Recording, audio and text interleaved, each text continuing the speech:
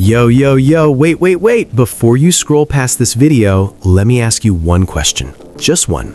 Have you ever pressed on a bruise on purpose? Like you knew it was going to hurt, you knew it was going to sting, and you did it anyway. And then it felt kind of oddly satisfying? Yeah, you did it. Don't lie to me. I saw that little smile.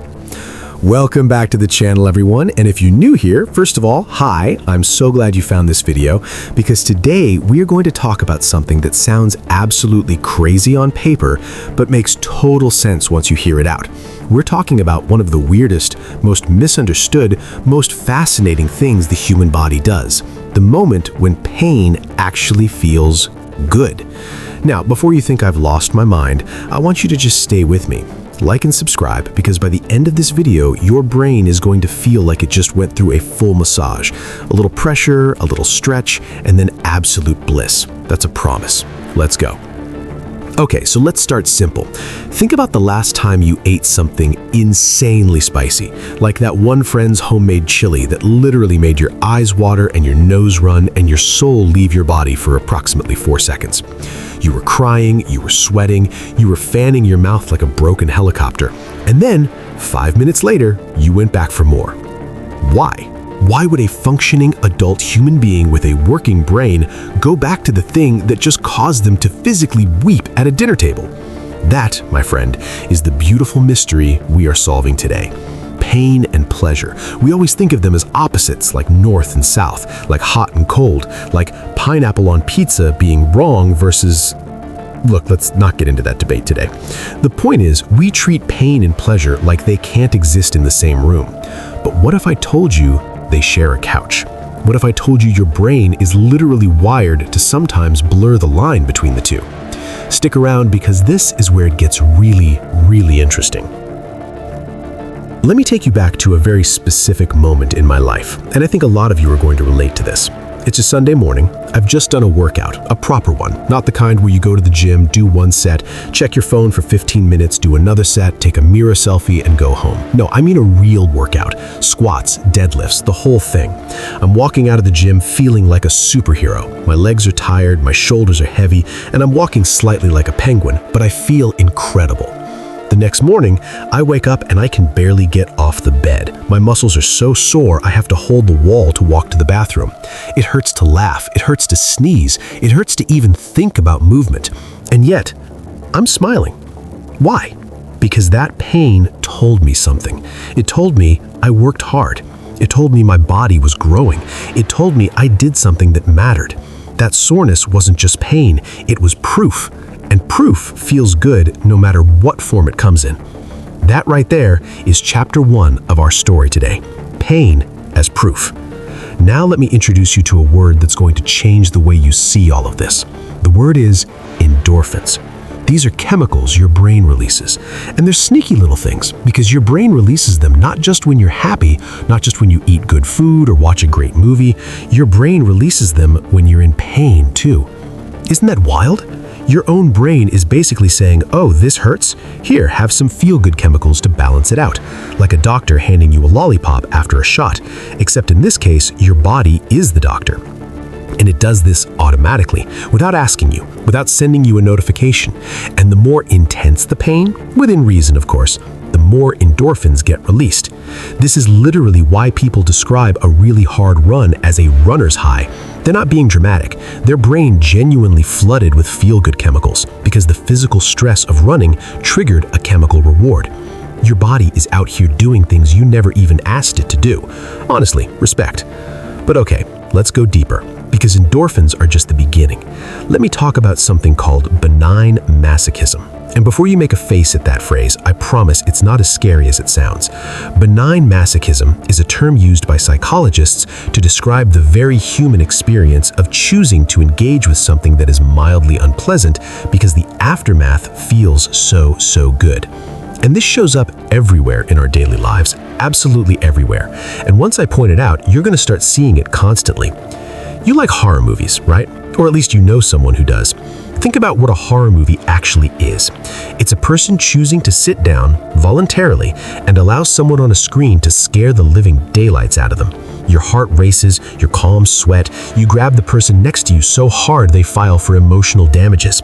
And when the movie is over and the lights come back on, you feel fantastic. Why? Because your brain knows you were never in real danger. The fear was real, but the threat wasn't. So you got all the chemicals, the adrenaline, the cortisol, the relief, without any of the actual consequence. It's like a theme park ride for your nervous system. Or think about roller coasters. No one is accidentally on a roller coaster. You stood in a long line, you paid money, you willingly sat down in a metal cart and let it throw you around at 60 miles an hour, upside down, screaming into the wind. And when it stops, pure joy, pure exhilaration. You immediately want to go again. The pain, the fear, the drop in your stomach, the feeling that you might actually die was the point, not despite those feelings, because of them.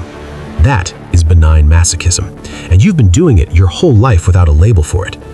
Now here's where our story takes a turn, because so far we've been talking about things that are kind of fun and lighthearted, but I want to go somewhere a little deeper now, because pain feeling good isn't always about horror movies and spicy food. Sometimes it's about something much more real.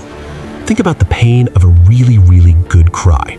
You know the one I'm talking about, not the ugly cry you do when you stub your toe at 2 in the morning. I mean the deep cry, the one that comes from somewhere inside your chest, the kind where something finally breaks open that you've been carrying around for weeks, maybe months, the kind where you sit in your car in a parking lot at 7 p.m. and just let it all out. And after, you feel lighter, like something heavy left your body. You didn't solve anything, the problem is still there, nothing actually changed in the real world, and yet you feel better. You feel cleaner. You feel like you can breathe again. That is pain feeling good. That is your body and your mind doing something extraordinary, using discomfort as a release valve, using the experience of sadness to process and move forward. That cry hurt, and it helped at the same time.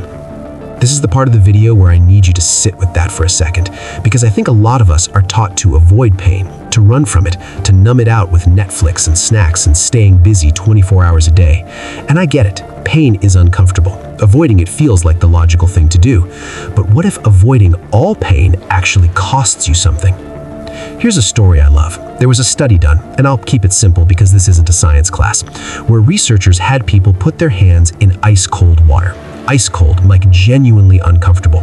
The kind of cold that makes your hands start aching after about 30 seconds. Group 1 was told nothing. Just keep your hand in as long as you can. Group 2 was told something specific. They were told that after the cold, there would be a warm phase, a few seconds of warmer water before the experiment ended. And guess what? Group 2 kept their hands in significantly longer, even though the experience was almost identical. The only difference was the anticipation of relief. The knowledge that something better was coming made the pain more bearable. More than that, it almost made it feel worthwhile. That right there is the twist, my friends. Pain doesn't just feel good in the moment sometimes. It feels good when it comes with meaning, when we know it's leading somewhere, when there is a story attached to it. The runner runs through burning lungs because the finish line exists. The student studies through tired eyes because the exam result exists. The person in therapy sits with their most uncomfortable truths because healing exists on the other side. Pain with purpose doesn't just feel bearable. Sometimes it feels necessary, even good. Now, let me bring in the big reveal, the thing that I think most people completely miss when they think about the relationship between pain and pleasure.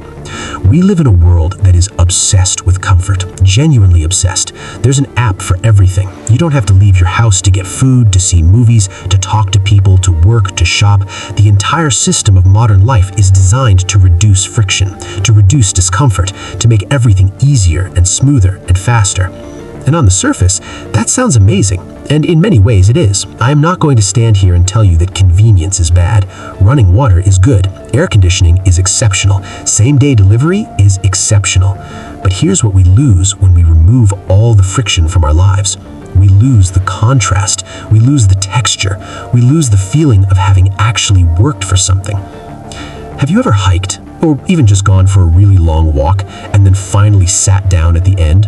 That moment when you collapse into a chair and your feet finally stop moving and everything just releases. That relief is one of the most satisfying feelings in human existence. Not because sitting down is incredible on its own. Sitting down is just sitting down. But after the effort, after the distance, after the discomfort, it becomes extraordinary. Or think about food. The best meal you ever had in your life, really think about it. Was it the fanciest restaurant you ever went to? Maybe, but I would bet good money that at least one of the greatest meals of your life was something simple that you ate when you were absolutely starving. When you'd been traveling all day, or you skipped lunch, or you came in from a cold winter afternoon, and suddenly even plain bread and soup felt like the greatest thing on earth. The hunger made it special. The contrast made it magical. The discomfort made the pleasure real.